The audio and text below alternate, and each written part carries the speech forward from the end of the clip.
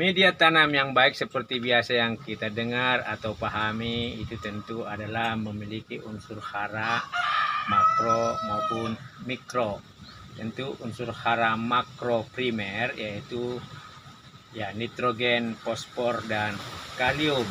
Sementara unsur hara makro sekunder yaitu adalah kalsium, kemudian magnesium maupun sulfur belerang. Nah, unsur hara mikro yang dibutuhkan oleh setiap tanaman itu adalah ya mangan, ya seng, kemudian seng, mangan, tembaga, kemudian juga itu klor maupun unsur-unsur lain. Nah, sedulur, mengapa karbon yaitu zat arang sangat dibutuhkan dalam media tanam jenis apapun tanaman kita. Nah, sedulur, kemarin sebelumnya ini adalah ya unsur karbon yaitu zat arang. Zat arang itu merupakan bagian penting dari tanaman karena dia pembentuk bahan-bahan organik di dalam tanaman itu sendiri. Zat arang atau karbon itu penting karena dia itu adalah penyusun dari zat-zat karbohidrat, lemak maupun protein. Perhatikan, ada karbohidrat ya. Nah, yang ketiga, dia memperkuat bagian-bagian dari setiap tanaman itu sendiri ya. Nah, karena dia itu penyusun selulosa yang merupakan pengikat dan pembentuk tiap-tiap sel di dalam setiap tanaman. Kita lihat bagaimana sisa dari gergajian atau tulang-tulang daun ataupun ranting-ranting kering itu bisa kita manfaatkan sebagai unsur arang. Para petani atau pegiat kebun biasanya mencoba memanfaatkan apa yang ada di lingkungannya, minimal dalam rangka membantu terjadinya tambahan unsur-unsur di dalam media tanam itu sendiri.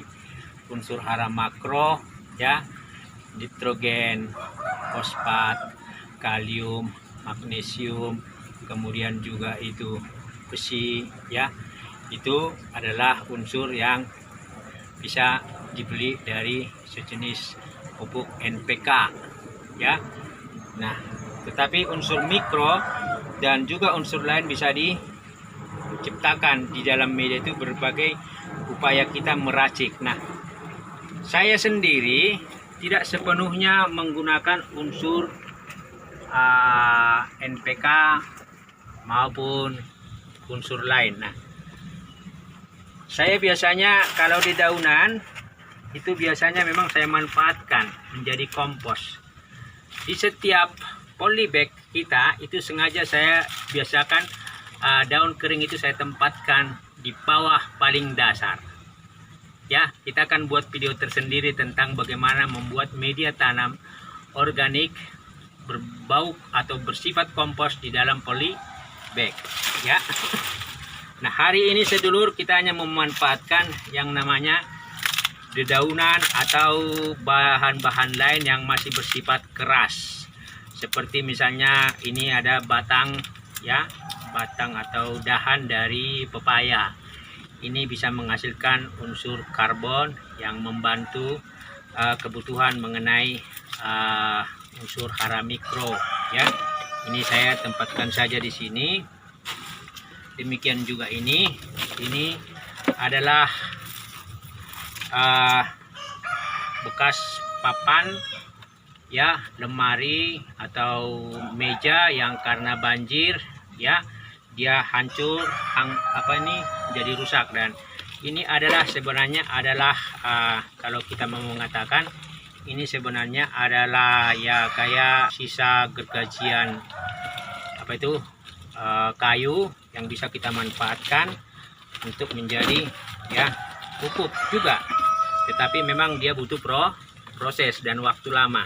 Tapi ini kita akan coba ya buat begini.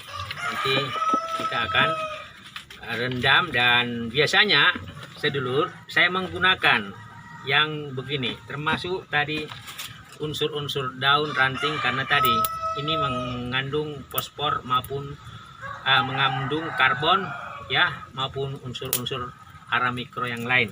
Nah, ini saya akan kita akan coba bagaimana memanfaatkan limbah ya, bekas meja rusak ini. Yang ini kalau istilahnya sebenarnya adalah bisa saja kayak pengganti dari kokopit. Karena apa? Ini satu, dia bisa menyerap air sehingga menjaga kelembapan di dalam media itu sendiri. Yang kedua, ini bisa menjadi tempat bersarangnya mikroba atau mikroorganisme yang akhirnya bisa menaikkan juga tingkat pH normal dan tingkat kesuburan. Sehingga juga yang ketiga, membantu akar untuk mencari nutrisi sesuai kebutuhannya. Karena apa? Karena ini menghasilkan rongga-rongga kecil di dalam media tanam itu sendiri. Nah, karena apa? Kalau terlalu padat media tanam, itu berarti dia tidak poros, ya kan? Tetapi kalau ada rongga-rongga kecil, maka ya itu akan membuat tadi kemudahan untuk menyerap makanan dari media itu oleh akar. Akan menciptakan juga potensi pernapasan di dalam media tanam itu sendiri. Sekarang ini dia ya, kita coba perkecil. Dan tadi ini, nah karena ada cukup banyak, nanti kita buat di 2 ember ya. Nah, nanti ini sekarang sedulur ya, ini perhatikan ya. Ya, ini akan ya menjadi ya kompos ya, yang membantu ya kesehatan di dalam media tanam itu sendiri. Nah, ini semua kita akan, bahan ini kita akan rendam ya, kita akan rendam. Dan perhatikan sedulur, ini airnya adalah air kolam warna hijau ya. Saya biasa mengukur ini tingkat pH-nya juga rata-rata pH normal ya, 6,5 sampai 7,5 ya. Lalu ini kita akan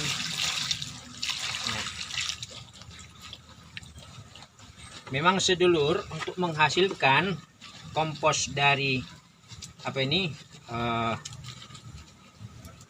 gergaji, inilah katakanlah ini gergaji ya, ini butuh waktu. Tetapi ini saya akan racik, saya akan campurkan ke media ya, ke media tanaman lain, ke bahan baku media tanaman lain, untuk pada akhirnya nah inilah sedulur cara saya memanfaatkan bahan-bahan yang ada.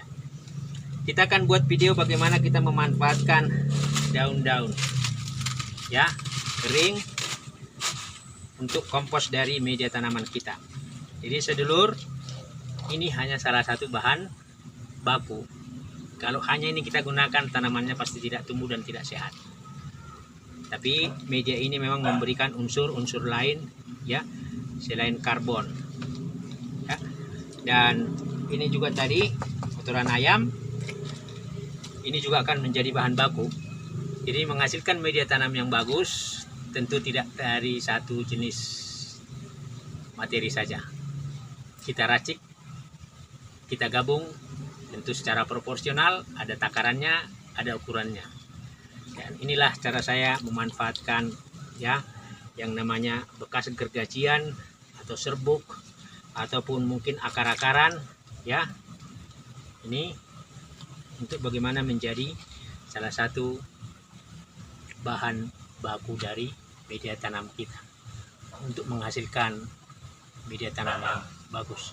Yang jelas ini seperti tadi saya bilang, satu menciptakan rongga-rongga kecil di dalam media tanam itu sendiri, sehingga membantu pernapasan. Yang kedua, mempermudah akar untuk menyerap nutrisi mikroorganisme yang ada. Yang ketiga, tentu membantu menciptakan ruang supaya mikroorganisme bisa hidup dan berkembang biak di dalam media tanam ini. Tentu kalau kita kasih dia secara proporsional akan membantu juga menciptakan tingkat pH dari media tanam itu. Maka ini adalah salah satu bahan baku untuk membantu membuat media tanam itu poros, karena dia bisa menyerap air, menjaga kelembapan, tetapi juga dia akan mengalirkan air yang dia tidak bisa serap. Jadi dengan memanfaatkan arang atau tadi daun kering ataupun serbuk gergaji dan berbagai bahan-bahan yang berbentuk kayu-kayuan busuk, maka itu adalah potensi arang.